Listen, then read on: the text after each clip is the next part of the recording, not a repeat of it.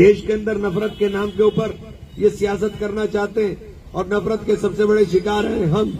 हमारा नाम लेकर के नफरत फैलाई जाती है, हमारा नाम लेकर के नफरत फैलाई जाती है। और मैं आपसे कहना चाहता हूं हजरत, ये बात समझ लीजिए कि हमें बीजेपी को नहीं हराना है, हमें बीजेपी को नहीं हराना है, हमें डर कर वोट नहीं देना है। जब तक मुसलमान बीजेपी को हराने की ठेकेदारी करेगा, बीजेपी नहीं हारेगी। कांग्रेस को सीधा हाथ थाम करके कांग्रेस को जिताने के लिए वोट करना शुरू कर दीजिए, बीजेपी के हार का रास्ता खुल जाएगा।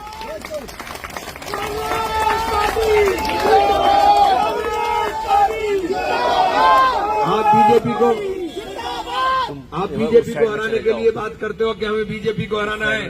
क्या करें, कांग्रेस बहुत अच्छी है, राहुल जी बहुत अच्छे हैं, शीला जी बहुत अच्छी थी, लेकिन जीत नहीं रहे। जीत इसलिए नहीं रहे चूंकि आपने रास्ता बदल दिया। आप अपना रास्ता पकड़ लीजिए, तमाम लोग इसके ऊपर चलना शुरू कर देंगे।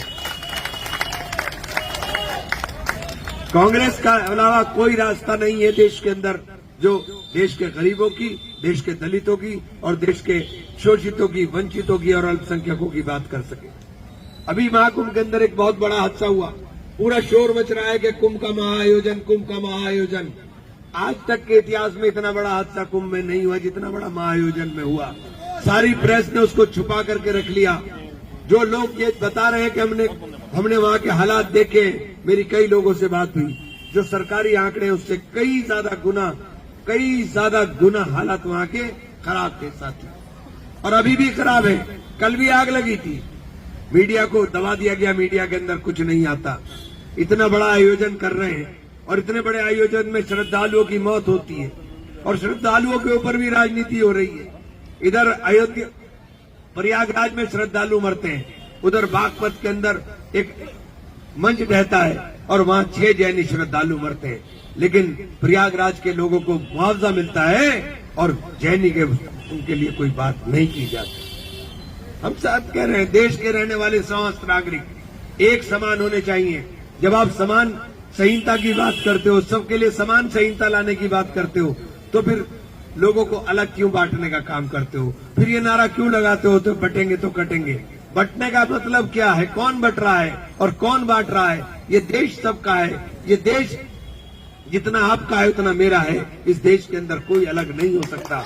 और देश की आप किसी की देशभक्ति के ऊपर सवाल नहीं उठा सकते उसका नाम देख करके। उसके नाम देख करके आप अगर देशभक्ति का सवाल उठाओ तो पहले उसके आबा अजदाद को, उसके बुजुर्गों को देख लो कि उसके बुजुर्गों ने जंग आजादी के अंदर अपनी कुर्बानी दी कि नहीं दी। और जो आप आवाज उठा रहे हो, जो आप कह रहे हो, हमारे सवाल उठाने की बात कर रहे हो, आप अपने बुजुर्गों को भी देख लो कि उन्होंने जेल से माफियां लिख करके बाहर निकलने का काम किया था।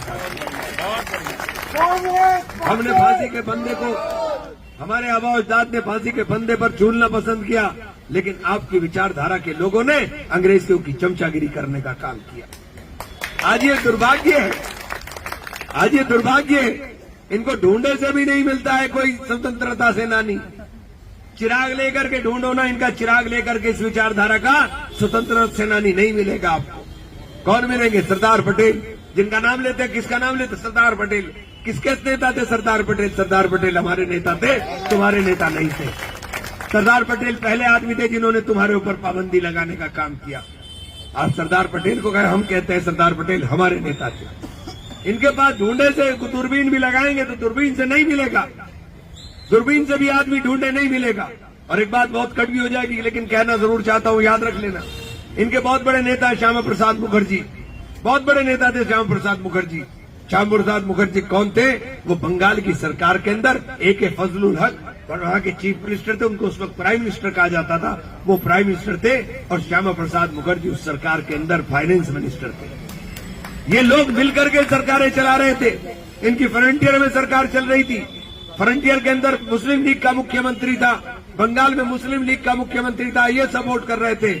सिंध के अंदर इनका मुख्यमंत्री था, उसको मुस्लिम लीग सपोर्ट कर रही थी। भगवान दास मुख्यमंत्री थे सिंध के, उनको सपोर्ट कर रही थी मुस्लिम लीग। साथियों, हम ये बात इसलिए कहना चाहते हैं कि हम तो उस वक्त भी बंटवारे के खिलाफ थे, हम तो उस वक्त भी पार्टीशन के खिलाफ थे, लेकिन आप लोगों ने, आपकी विचारधारा के लोगों ने उस वक्त मुस्लिम लीग को सपोर्ट कर करके देश के टुकड़े कराने का काम किया था। आज हम पे सवाल करते हैं, आज हमसे कहते हैं कि हम हमने क्या किया था? हमने तो जो किया था आपके सामने, इतिहास बदला नहीं। अगर आप ये खबर फेसबुक पर देख रहे हैं तो वीडियो को लाइक करके पेज को फॉलो करें। इसके अलावा अगर आप इस खबर से यूट्यूब के जरिए जुड़े हैं तो चैनल को सब्सक्राइब करके बेल आइकन दबाना बिल्कुल ना भूलें। नमस्कार।